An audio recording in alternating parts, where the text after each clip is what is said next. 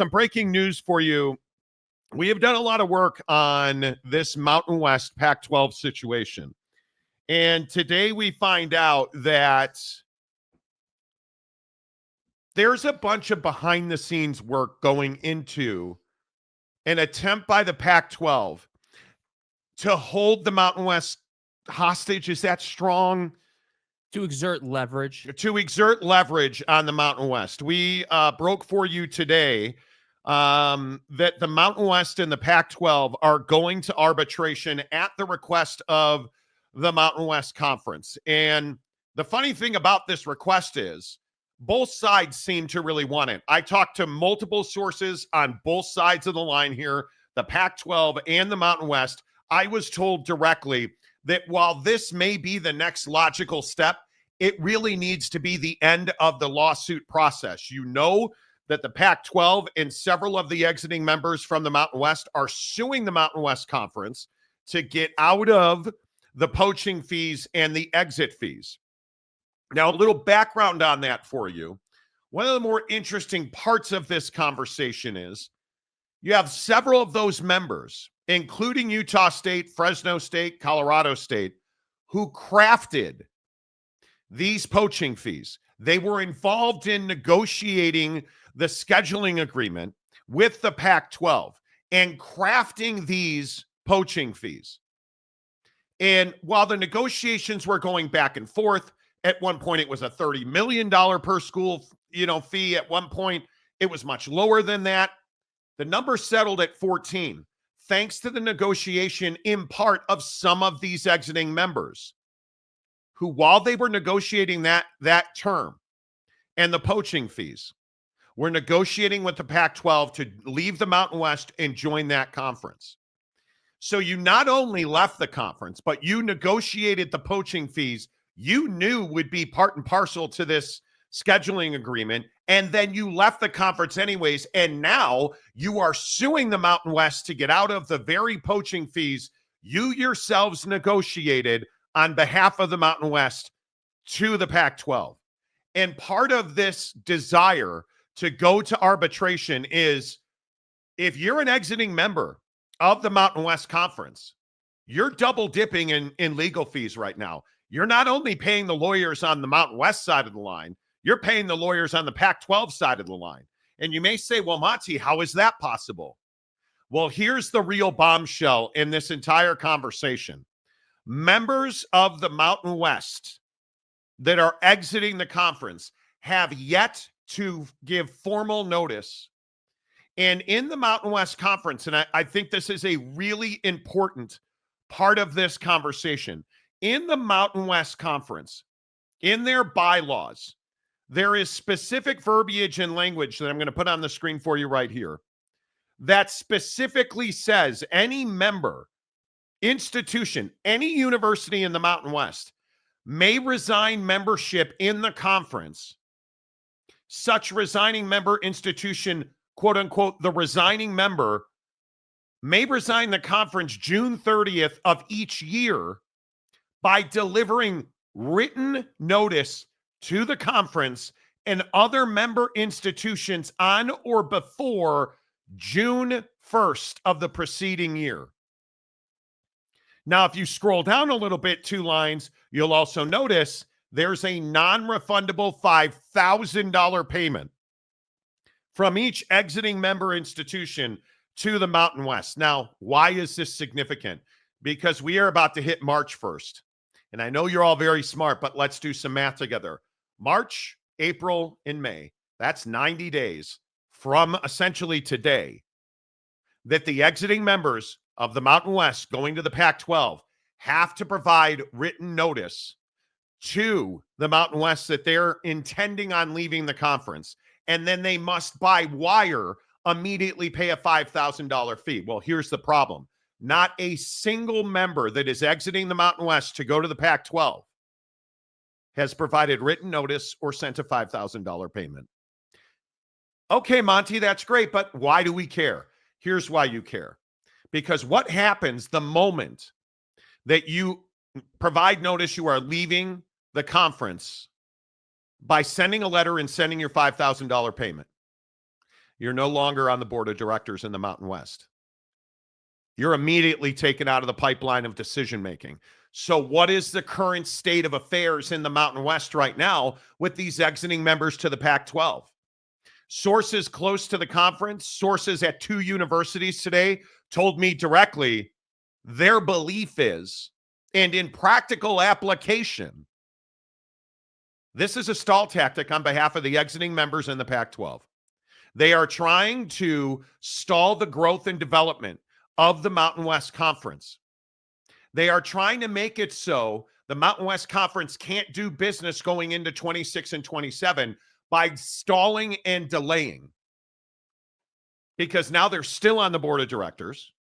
So if you're the Mountain West, the remaining members and the new members, do you really want to have a meeting where you talk about the details of an upcoming TV contract? Do you really want to have a meeting where you talk about the X's and O's of your 2026, 2027 game plan with members in the conference who are leaving and going to a rival in the Pac-12? Jake, I think this is nothing more than an effort by the Pac-12 and the exiting members of the Mountain West to stall progress in the Mountain West Conference. Without a doubt. And I think that, the Pac-12 schools have been looking for a strategy, a tactic, an angle to work, to try to buy time, to try to, delay things, to stall things. And they seem to have found one here a little bit. I don't think that in the end, this is going to have, massive ramifications on, what these two obviously want to do. And I think if you're the Mountain West and you're Gloria Nevarez and the leadership here, one thing that I think, is clear is that the communication between Gloria and the member institutions that are committed to the Mountain West is excellent. And so, the question for me right now with this information we have is, for these schools and Gloria Nevarez, the schools that are committed in Gloria Nevarez, how much conversation is happening behind the scenes? Because I'm inclined to think, based on what, we now know, that just like the Pac-12 behind the scenes is talking and all these schools are working together and they're forming a strategy. And I'm sure Teresa Gould is having great conversations with all these schools.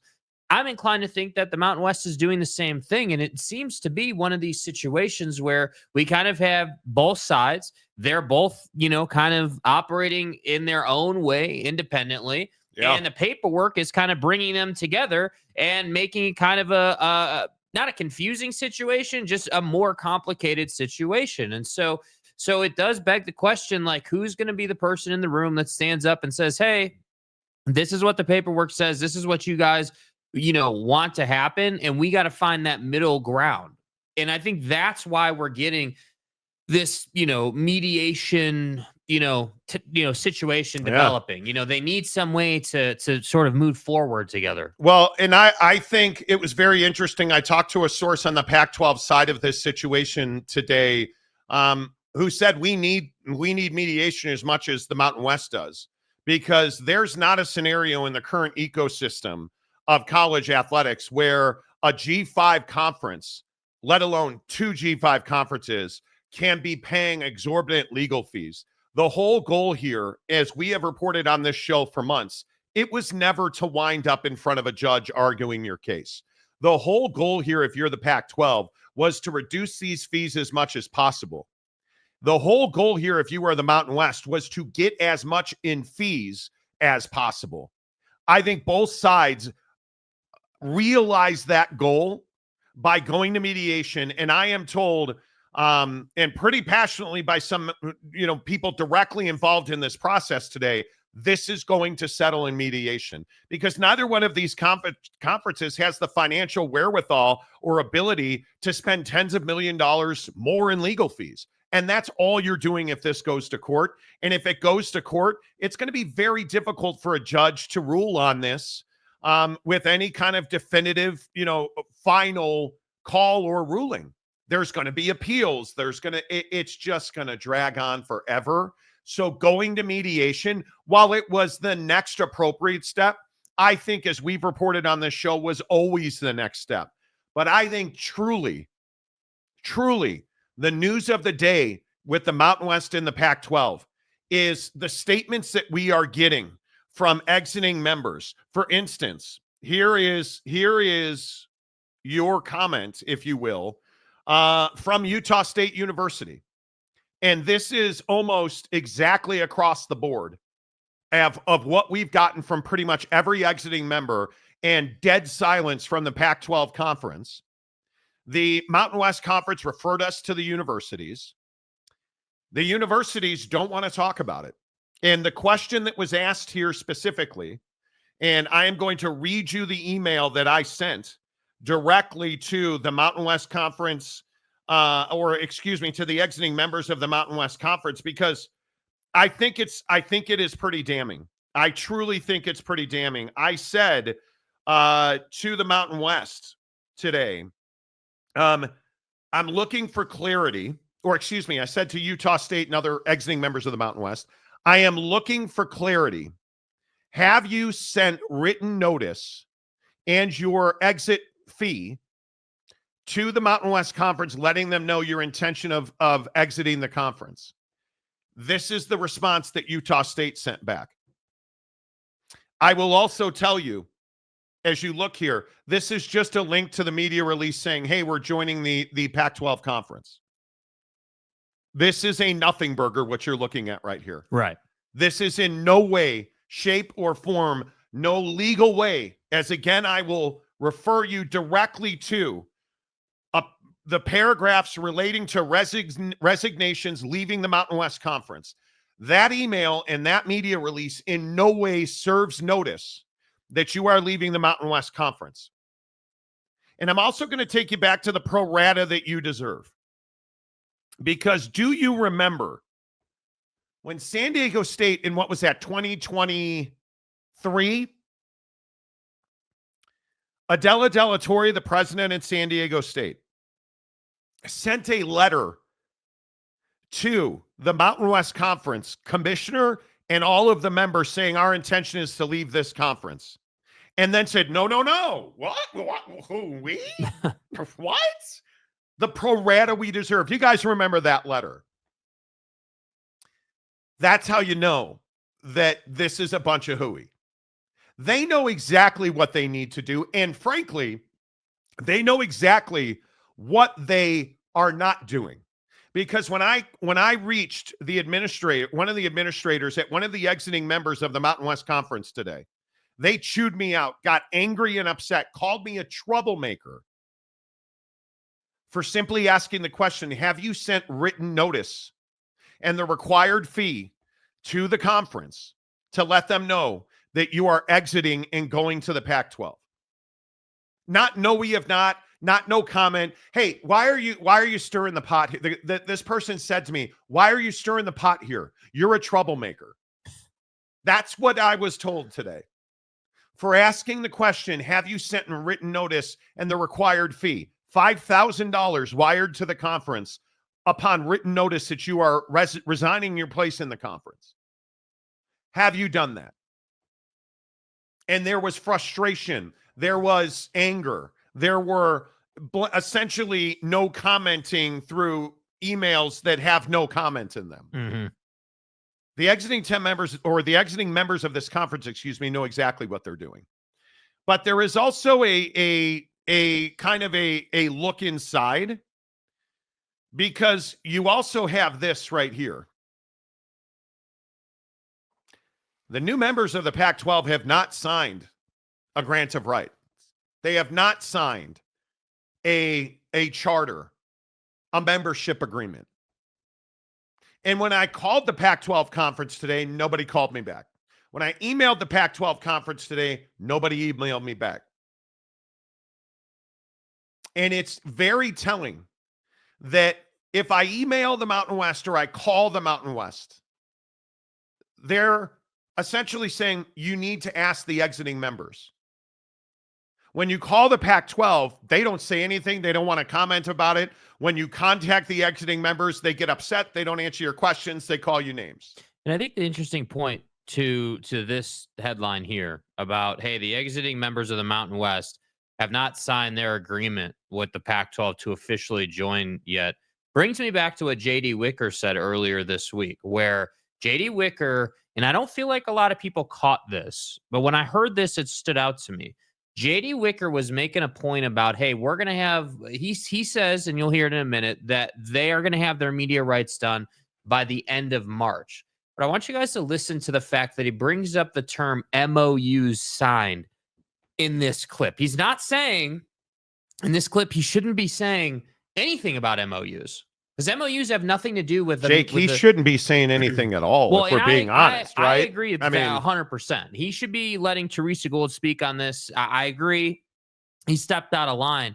But what I thought was really interesting is that JD Wicker included the term MOU, memo of understanding, in the same conversation as a media rights deal. And I don't think people put together that, hey, these schools have not signed officially with the conference. So listen to him talk about that. They have nothing on paper. Yeah. I think that's a great point. End of next month, we will have the MOU done for our television deal. So we will know what our TV deal is going to be, who our partners are going to be.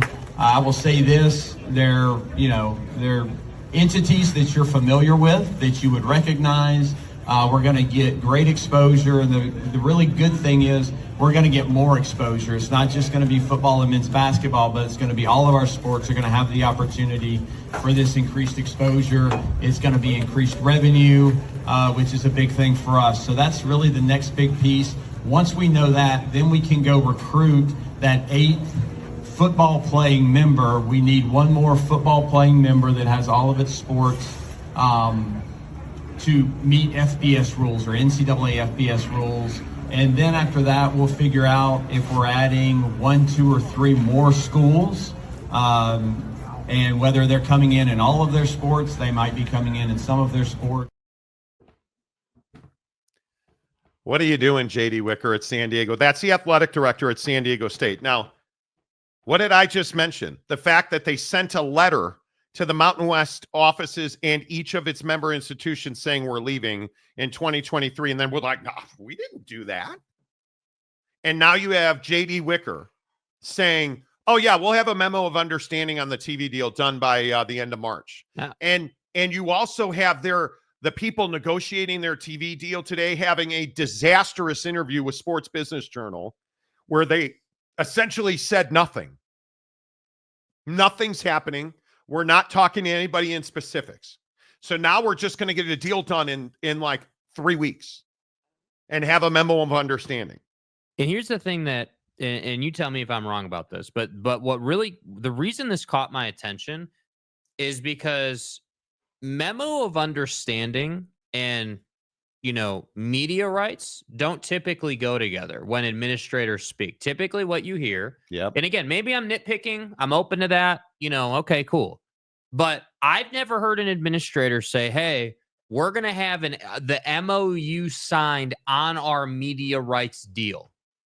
That's never been crazy. How people talk about it. What they typically say, and again, we have a lot of experience with this, right? You go back on the channel, we've heard loads of people talk about media rights deals through the whole Pac-12 situation when the conference melted down. And what they say every single time is, hey, we're going to get our grant of rights done, and then we're going to get our media deal done. Because people like to throw those in the same thing. That's right. And your grant of rights is with the schools in your conference.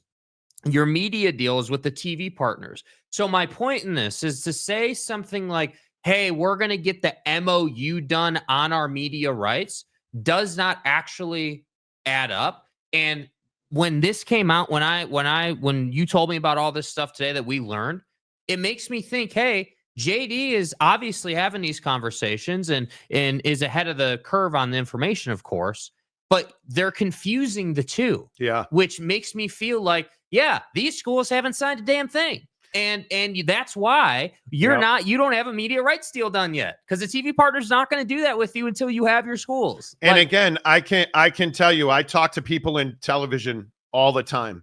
I talk to people at universities all the time, multiple every day.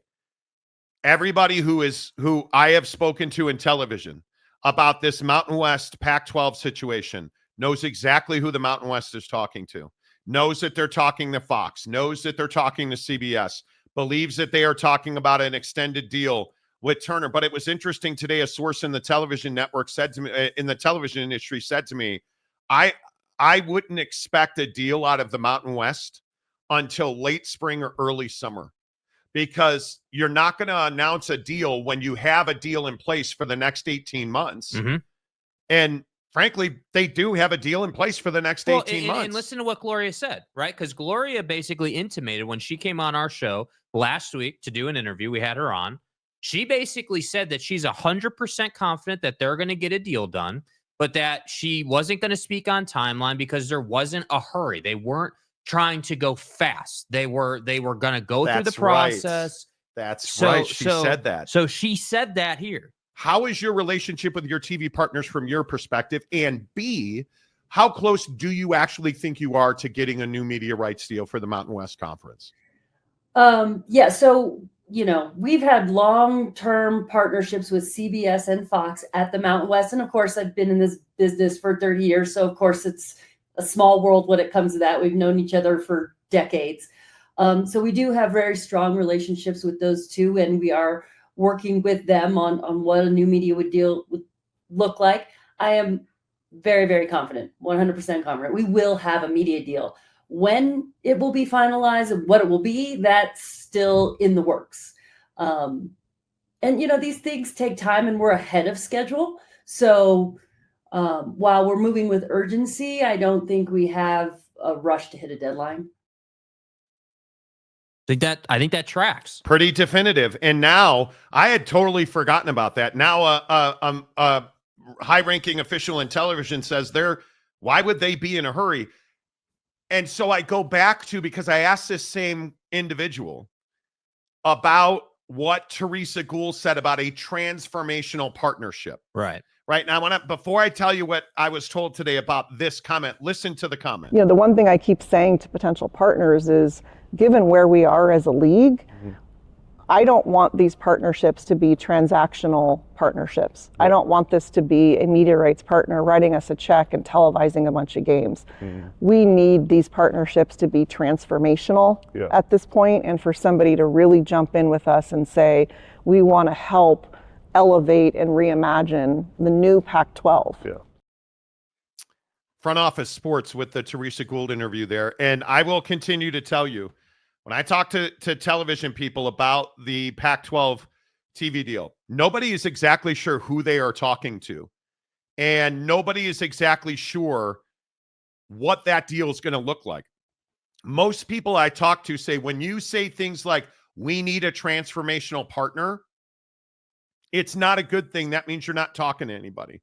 Because if you were talking to somebody serious and the hints are, hey, it's CBS and Fox and ESPN, you wouldn't be saying we need a transformational partner.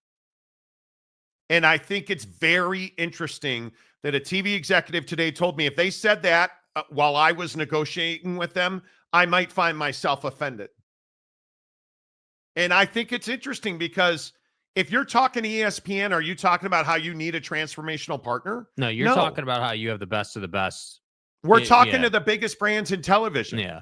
Who are going to help us transform our image and our brand.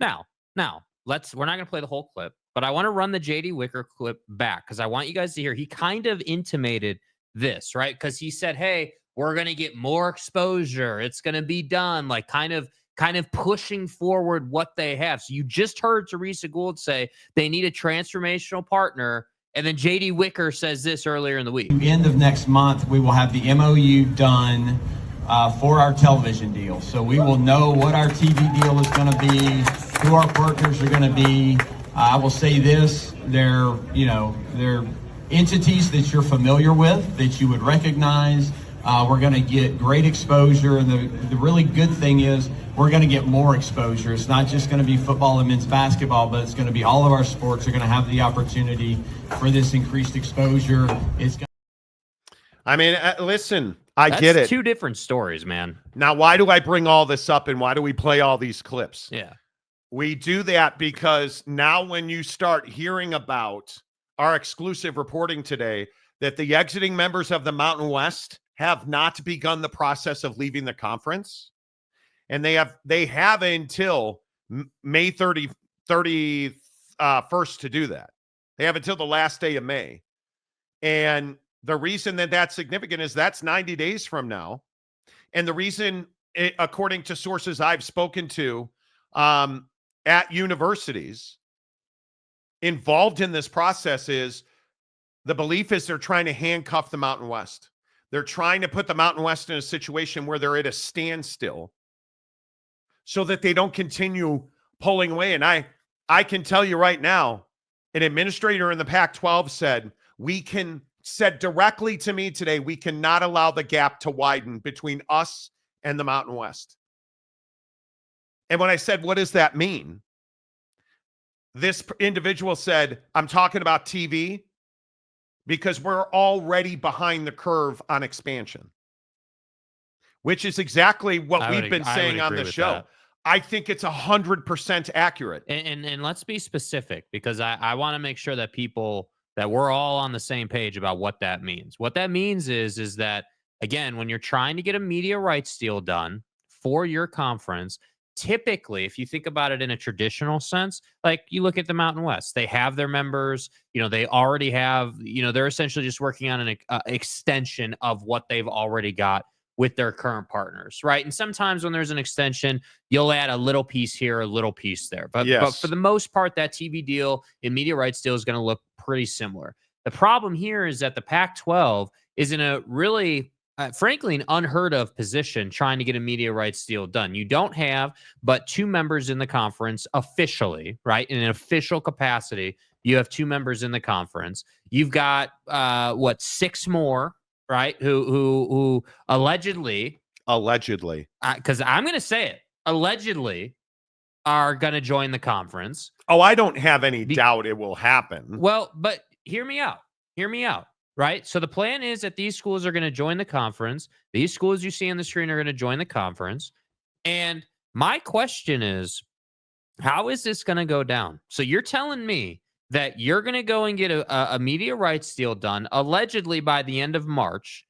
And you're saying that in one swift stroke here, you're going to get the schools, the deal done, and you're going to be set to go in short order, in quick fashion, because that's what you're essentially saying. That seems unlikely to me. That's what I'm saying. So that seems unlikely to me that with this timeline that we've seen in the what would you call it? The charter with the Mountain West there? Yeah. With the 90-day timeline, plus what JD Wicker is saying about having a deal done by the end of March. I don't feel like A plus B equals C here. I feel like what we're getting is we don't know what A is, B is the school, and C is a TV deal, and we don't know how to get to C. And that's what's difficult. What's written here is very straightforward. This is not, my friends, this is not rocket science. This is not very difficult. You got to send us a letter by June 1st with a $5,000 wire attached to it. And they haven't done it. And they haven't done it because I don't think they have anything to sign in the Pac-12. And I think I tend to agree with some of the folks around the Pac-12 and the Mountain West that they're trying to put a pause. They're trying to freeze the Mountain West from moving forward. And I think the other important part of this is the Mountain West, the remaining members and the new members of the Mountain West cannot meet without the exiting members, because those exiting members are still on the board of directors. So it's not like you can be like, all right, well, let's just head down the street to Arby's and have a meeting. It doesn't work that way. Yeah. It's a board of directors. There are rules and bylaws that govern that. So this is just the beginning, I think. And listen, if you're just hopping on with us here, we are talking about breaking news tonight around the situation in the Mountain West. The Mountain West and the Pac-12 have agreed to go to arbitration. That is at the behest of the Mountain West Conference. And I think if you look at the way this dynamic has gone, everything that has moved this situation has come at the request of the Mountain West. When you have Gloria Nevarez and her constituents putting on the table while they are negotiating these scheduling agreements, hey, let's talk about merger. Let's talk about merger. And the Pac-12 repeatedly saying, no, no, no. You have the Mountain West saying, hey, let's merge. Let's get on this course. Let's get this structure in place. And you have the Pac-12 saying, no, we're going to go this way. And while saying they're not going to merge with them, they were behind the scenes negotiating with members of the Mountain West to pull them out of that conference and put them in the Pac-12, which is what we had talked about for how long now? You have the exiting members of the Mountain West negotiating a scheduling agreement that included poaching fees, and what had, by our sources telling us, had become kind of a heated is probably too much, but there was some frustration and vitriol in this negotiation about these poaching fees, which I think is significant because if you knew the poaching fees were invalid, because remember what the Pac-12 is saying in their lawsuit against the Mountain West, these poaching fees are not valid and are not sustainable. Well, if you knew that, why did you throw numbers back and forth? Just an interesting question. But you negotiated this deal, the Mountain West did, with the Pac-12 that included members who either already knew they were going to the Pac-12 or were in the process of negotiating a move to the Pac-12. I mean, this is not how you do business. Yeah. And one of the tenets of contract law, and we talked about it on this show, and we've spoken to legal figures about this, there has to be a good faith basis for negotiating a contract. And then after the contract is executed, which means signed and agreed to, you have to act in good faith to uphold the contract. Yeah. And I don't think that you can say that that is the case by the Pac-12 side of this. Yeah. And for me, just my opinion, my thoughts, I think about this and, I still, as much as the Pac-12 is trying to pause or delay or like hold the Mountain West up, I still find myself feeling like the Mountain West, in terms of negotiating stance, is in the driver's seat here because you can still hold the exit fee over the Pac-12's head, right? We know that on the institution level, it's a letter and $5,000 at the institution level. But the poaching fee is the one where I say, hey, man, like, yeah, you're going to mediate, but ultimately, if you're the Mountain West, I would be saying, and this is me, and I'm not an administrator. There's a reason I do a talk show, not lead a school. But I would be saying things like, hey, if you don't want to go to court, then we can go ahead and look at the poaching fee. And we're not, like, our bottom line is 25 or whatever right. the number is. Like, I'm not coming too far off 30 a year, or 30 a school. 14. It's 14 million per school. 14 a school. Like, I'm just not coming far off of that, like, at all, even a little bit. The issue here is, I think another part of this freeze or, stopping the hands of time by the Pac-12 is I think they're trying to sweat UNLV out of the Mountain West. I think that is because, remember, part of this new agreement and this new grant of rights and this new conference that the Mountain West has become is there's certain monies promised to UNLV, same in the Pac-12. And I think the Pac-12 believed and may still believe that if they hold the hands of time and they freeze progress in the Mountain West, that they can somehow make UNLV become available. And I'm very interested to see how all that plays out, because I also think as we look at the broader, bigger picture of college football and what it's going to take, I don't see any way that the new college football playoff negotiations don't impact this situation. Yeah. I don't see any way, because I think, and I know Gloria Navarro said this on our show last week, you're not going to have a large number of these schools participating in revenue sharing. Didn't Ross Dellinger at Yahoo, I think this afternoon, had a story. He did. Big East Commissioner Val Ackerman says that she expects some Division I universities to drop out of participating in rev sharing within the year. You're not going to have these G5 level schools participating in revenue sharing across the board. That's not going to happen. Yeah. And so when we talk about how heavy is the financial burden? They're going to arbitration because neither one of the parties here, the Pac-12 nor the Mountain West, neither one of them are unintelligent. I think they both know every penny matters. Every penny counts. And if you're going to pay tens of millions of dollars to lawyers to go to court, not once, but probably multiple times on appeal, you're going to bleed each other dry. Yep. And nobody's going to survive that. And I think when you look at this situation, I think it is very clear that we are in a spot now where this is an existential crisis for these two conferences. But do you agree that the Mountain West, though, has more of an ability to sweat out the Pac-12 than the other way around with the poaching fees? I think it is going to be very difficult to sit at a table in an arbitration room where you have an arbiter, or maybe several. I don't know what the structure of their arbitration is going to be. It's going to be very difficult if you are Teresa Gould and the exiting members of the Mountain West to look an arbitrator in the face who's not a judge. You need to understand that. An independent arbitrator is not a judge. It's going to be very tough to look that arbitrator in the face and say, these poaching fees they're invalid. These exit fees that we negotiated long before we left the conference, and we participated in this scheduling agreement where we ourselves negotiated the poaching fees while we were negotiating leaving the conference to go to the Pac-12. Yeah, those are invalid. We're not going to pay those. I mean, it reeks of what the Pac-12 went through with the 10 schools that left.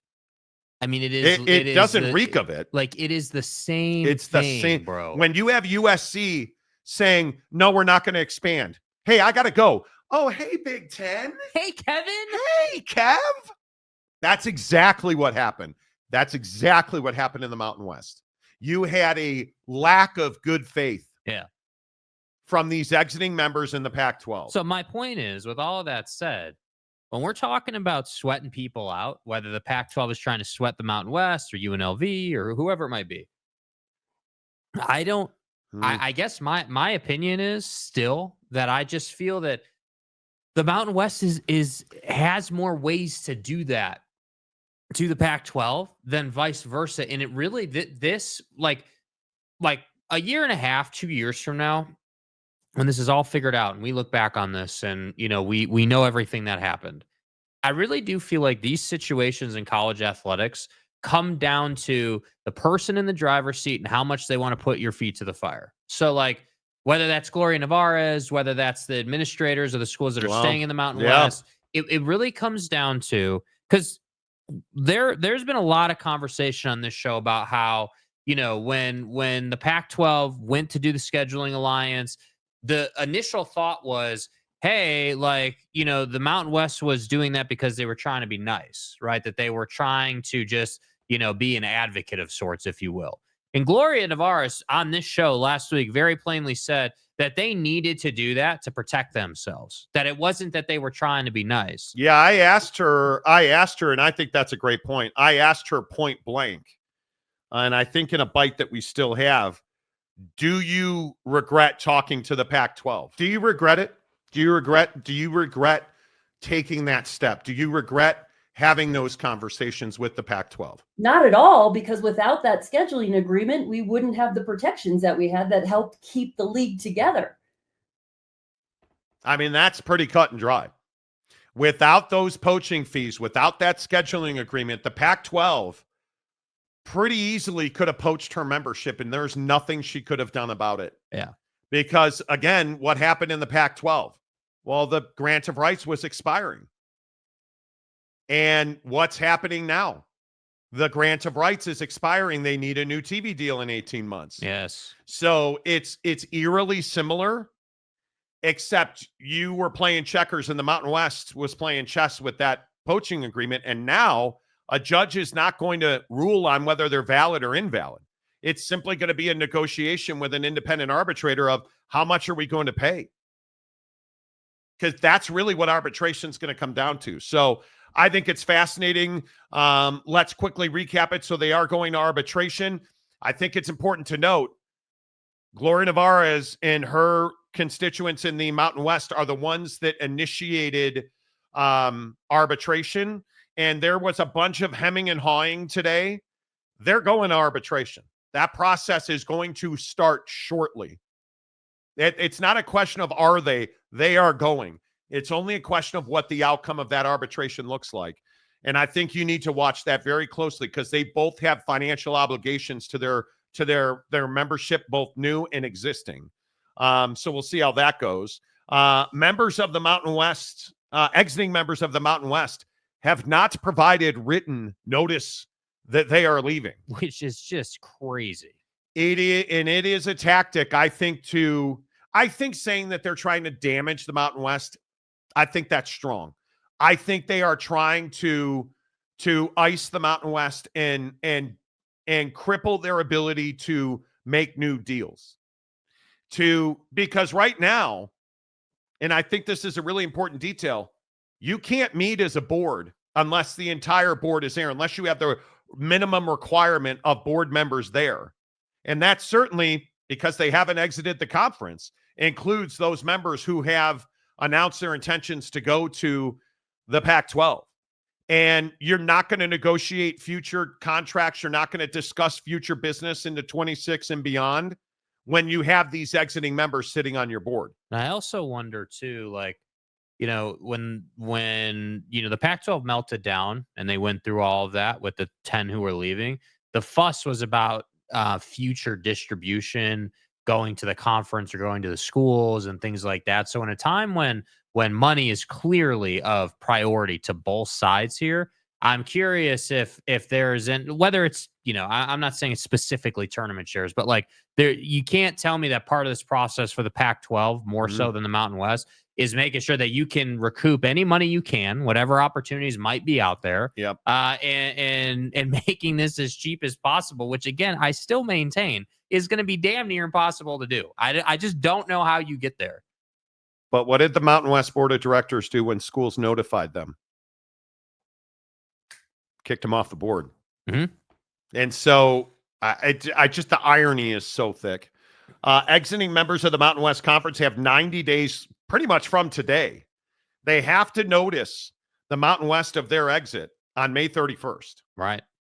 You have to let them know because, again, and I want to show you, this is directly from the Mountain West Conference membership agreement, that you have to notice the resigning members June 30th of each year by delivering written notice to the conference and the other member institutions on or before June 1st of the preceding year. So you can exit on June 30th of 2026, but only if you deliver notice by June 1st or before. Yeah. And you pay a $5,000 fee. So you're right. You're on the clock.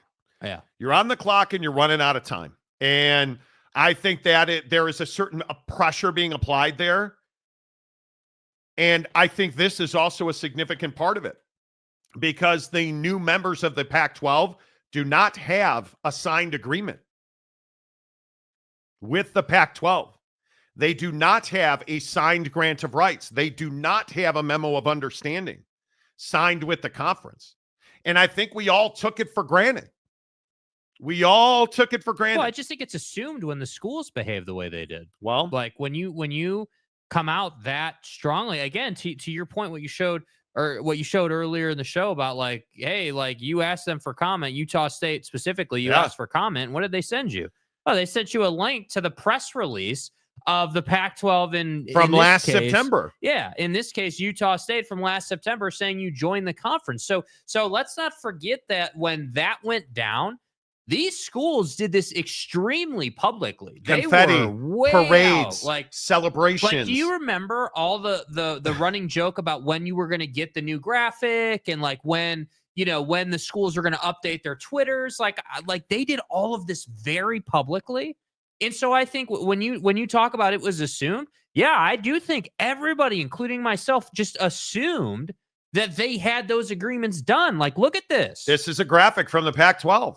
As basic as hell as this graphic is, it's still a graphic with the teams. And I think it is very interesting that these 5 members have not delivered notice of their exit and their $5,000 fees, and they have not signed a grant of rights and a memo of understanding with the Pac-12. So, again, to this point, I don't know how, if they get a media rights deal done by the end of March, it will be something that nobody's ever seen before, in my opinion. Nobody's ever seen a media rights deal get done where you don't have the schools signed in an official capacity yet. And secondly, to that point, you don't even have enough schools to be recognized by the NCAA as a conference yet. And like, let's get something straight. If they're going to the Pac-12, they are leaving the Mountain West. This is a stall tactic. Yeah. And one of the reasons we know that is because sources close to the Pac-12 today told us the agreement that they do have that says, hey, you're going to join and you will sign your agreement by June 31st. And there is some debate by which how much is the penalty if you do not sign your agreement by June 31st, but it's tens of millions of dollars. It's a lot of money. They're going to sign that agreement. They're going to send a letter and pay their $5,000 exit fee. All this is, in my opinion, is a stall tactic to get an advantage or any kind of leverage or just stall any progress that the Mountain West hit, because I don't think by anybody's measure, whether you can be the most ardent Pac-12 supporter, the Mountain West has been sprinting, not running, not jogging, not walking, sprinting when it comes to adding new membership, adding new branding deals, negotiating with their existing TV partners. Because again, I was told today by TV industry sources, it's a pretty well-known fact that the Mountain West is talking to Fox and CBS, and that they have had conversations with TNT. They're doing a TV deal. It's a matter of when that gets done. And frankly, until these letters are sent, they can't get it done. And frankly, until these letters are sent and they can remove those exiting members from the board of directors, you're not going to talk about branding deals and new branding partners for 2026 and beyond. Sure. You're not going to do that. You can't do that. And it's curious, just thoughts, right? Just as we talk through this, things that come to mind. You know, when we talk about it being a stall tactic for the Pac-12 and the Mountain West. So if the Pac-12 is trying to stall the Mountain West and keep them from widening the gap, as we were told today, you know, my only question is, okay, if you stall them, great. But still, once again, if we think about this, you can stall, but the reality is the Pac-12 is the one with timelines. Yeah. The Mountain West doesn't have, you know, this timeline sitting over their head with which they have to deal with. They've got, you know, media rights for another, what did you say, 18 months, I think you said, right? Yeah. And so they have time here to work with. So all I'm saying is, you know, when you guys go and, you know, talk to your friends and watch other outlets and you digest this conversation, just keep in mind who's in the driver's seat here, because this isn't about fandom anymore. This is about paperwork and business and processes. And Illumindursky on Twitter is asking if the press release is a written notice. It is not. You are talking about contract law. Yeah. And again, I will just show you the Mountain West. It's not convoluted, because you have to go back to when Adela De La Torre, the president at San Diego State, sent a letter to the commissioner's office and the members of the conference and said, yeah, we're leaving. And then was like, no, I didn't. What? No, I'm not leaving. Pro rata we deserve. You guys are great. We love the Mountain West. So what did they do? They amended this. You'll notice, what does this say? Revised June 2011, April 2021, and December of 2023. That December of 2023 amendment was in direct reply and response to the San Diego State pro rata we deserve, we're leaving the conference letter. And as part of that December 2023 revision, a $5,000 payment by wire transfer, immediately available funds to an account specified by the conference, denoted as an exit deposit, must be paid. Because you're not able to just write a letter and say, oh, I changed my mind or I didn't mean that. When you have a contract and you have specific stipulations, you have to follow them. So when you release a press release saying, hey, we're leaving, that's not worth the paper it's printed on.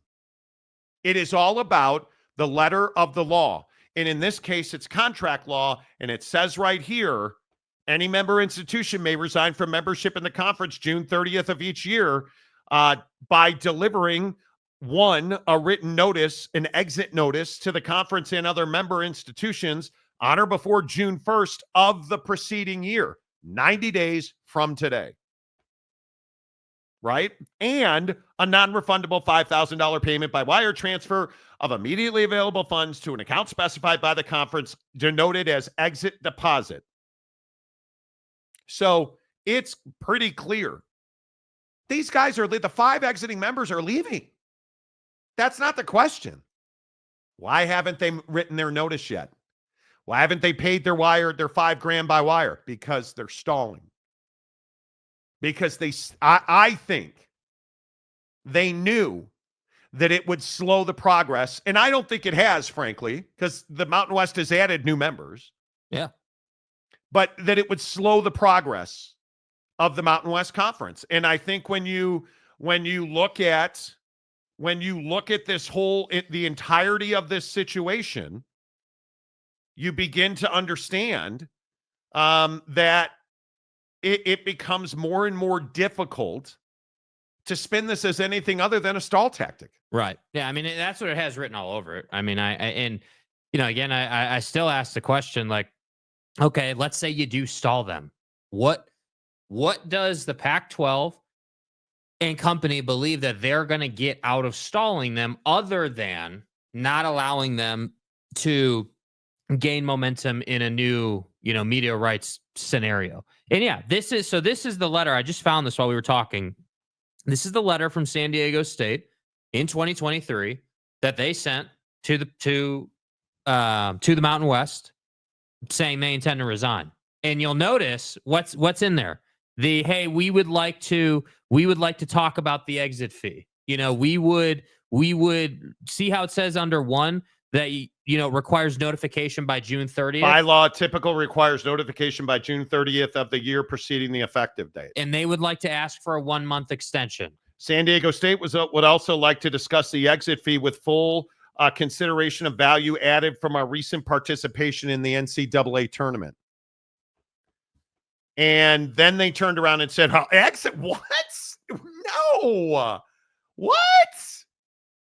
Yeah, it doesn't work like that. So they made an amendment. Now you have to send a $5,000 exit fee with it. A deposit on your exit fee. Yeah. So good times, friends. Good times. And I think it is all this law stuff is fascinating to me. And I would again point out that I spoke to an exiting member, one of the 5 universities exiting this conference today. And when I asked this person, hey, have you guys sent your written notice and your $5,000 fee? It wasn't, no, we haven't. Yes, we have. It was, why are you stirring the pot? You're being a troublemaker. Well, what trouble am I making? I'm asking if you followed a process or not. And it's just something that I think everybody took for granted. Mm-hmm. But I think it is a huge, huge story that they are trying to hold. The Pac-12 and its new members are trying to, in my opinion, hold up progress in the Mountain West as much as they can. Yeah. And I don't know if that's right, wrong. It just is what it is. But when we talk about this Pac-12 conference, is this not business as usual? It is. When I've told you time and time again, when somebody tells you who they are, believe them. And the Pac-12 and Teresa Gould are telling you we're the same as it ever was. And I think you should believe him. All right. Pleasure. Thank you for joining us. By the way, if you missed any of this live shot on Twitter, make sure you get to our YouTube channel. Should be uploaded on the channel probably within 30 minutes. Join us on YouTube. Just Google search The Monty Show if you're watching this on Twitter. A link is in my bio above. Look it up, hit subscribe, give us a thumbs up. The Monty Show is always presented by The Advocates.